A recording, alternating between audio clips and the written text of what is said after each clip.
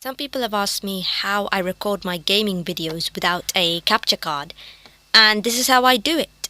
I just take my camera and put it in front of a box and hold my gamepad like so, making sure it's positioned correctly.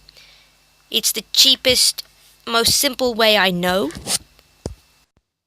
Otherwise, as you can see, you have to spend an awful lot of money buying these capture devices.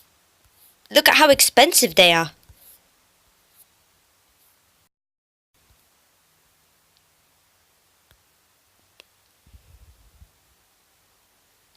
Wow, these are just too expensive, you guys.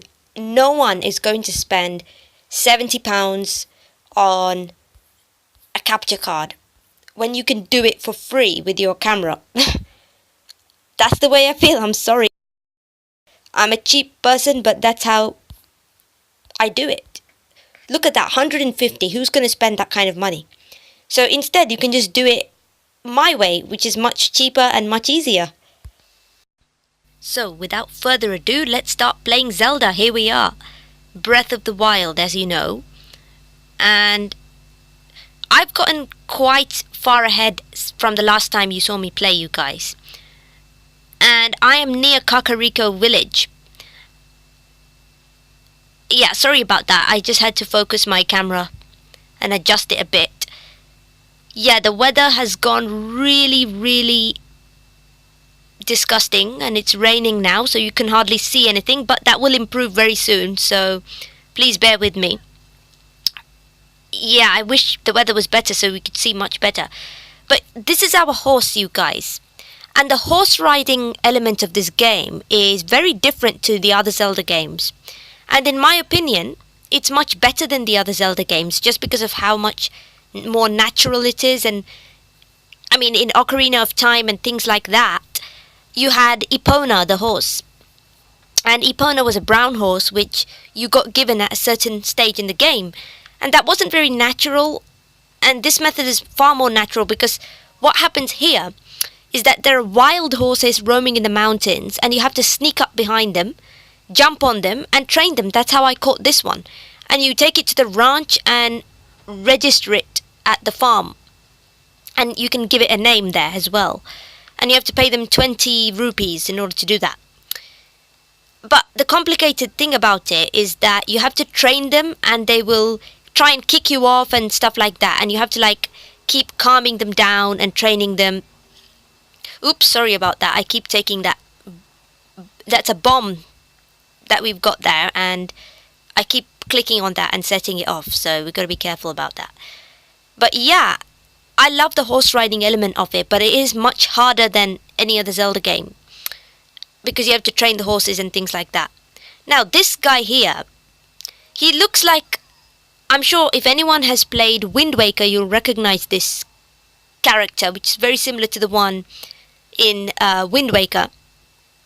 But that's a side quest. We have to collect some things for him, and I haven't done that yet. Oh, who's this? Yeah, these guys sell things all the time, and they let you sell things to them as well, or that you can buy things off them. Yeah, that's a bit expensive. I could get these for free. I wouldn't buy these because most of these things I could probably get for free, so yeah. Yeah, so he's run off there. Let's go. Yeah, I'm trying to go back to my horse right now, and once I've got my horse, we can go to Kakariko village. And Kakariko village, as you will already know, you guys, is present in most Zelda games. It's there in Ocarina of Time. It's there in Twilight Princess. Well, is it there in Majora's Mask? No, I don't think so, no. Actually, it's only there in 2 games. I just realized that. So, I think it's not there in all Zelda games, but yeah. But in each of those games, it looks very different. Like, the one in Twilight Princess looks very different to the one in Ocarina of Time. Sorry about that. So, this one is no exception. This looks very different. And in my opinion, this is the best Kakariko village they've ever made. Because it looks amazing, you guys. It looks absolutely amazing. You have to see it to believe it. It looks like some kind of a Japanese style village, and it looks stunning. Stunning, that's the only word I can use. It looks like, don't get me wrong, I mean, I've been playing this game and I've been amazed by the graphics so far that I've seen, but this has beaten everything I've seen so far, and it looks amazing. They've really done a great job in this game.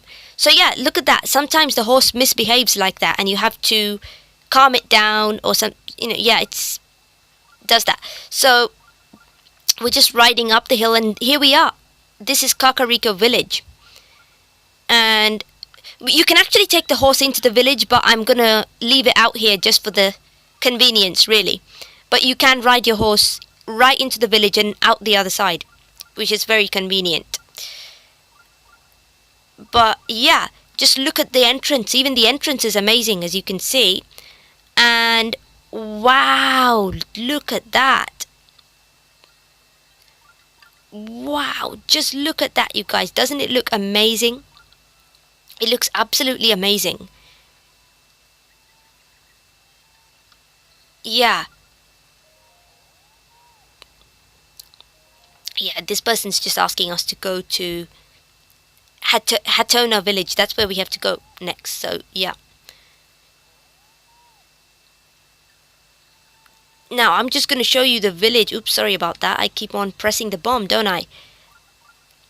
Just look at the trees, look at the banners. It looks like a Japanese kind of village, because those red things look like Chinese lanterns, don't they? Wow, it looks so amazing. The trees, everything, it just looks amazing. This whole village looks amazing, you guys. They've designed it really, really well. And it just looks so, I don't even know how to describe it. It looks like a kind of Japanese village, doesn't it? And we can go into any of these houses, but there's not really anything in them.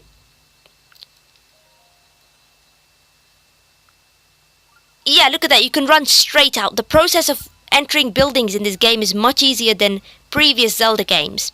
Because in Skyward Sword and things like that, it loads the screen every time you open the door. But here, it takes 2 seconds. That's it. This is where you can buy clothes, and you can buy some really cool clothes in there. And I've already got some new stuff on, as you can see. I bought a hood thing. Oh yeah. Wow. Doesn't it look amazing? This is where we need to go next, you guys, in that house right here. I've already been in there, and there's an old lady in there called Impa, and Impa is another character that's there throughout the Zelda games. And this is Impa, and she told us a story about what happened 100 years ago and things like that, and why we need to fight Ganondorf and save Princess Zelda. It's the same old story, really, just the same boring old story, nothing new there. So let's leave and go back out. Just look at this, you guys. I wish you could see it in full definition, because it just looks so amazing. It really does. But I've only been playing this game for about 48 hours, and already I've made quite a bit of progress, you guys. I've explored the whole of the Great Plateau, the mountains, and this whole area, like these 2 different areas. And I can tell you the size is huge. It's a huge world, and I don't think I'll ever be able to finish exploring all of it. That's how huge it is. It's like so huge that I don't think I'll be able to finish exploring all of it. So what I did is I just focused on the main quest and not the exploring, because there's too much exploring, which I can always do later. So yeah, that's what I did. There's like, so far I've only seen the Great Plateau, Kakariko village, and the path in between. When there's so much more on either side that I could do. There's like the forest and stuff like that, which I haven't explored. But yeah, stay in tune, because I'll be doing more Breath of the Wild videos, and I hope you enjoyed watching that.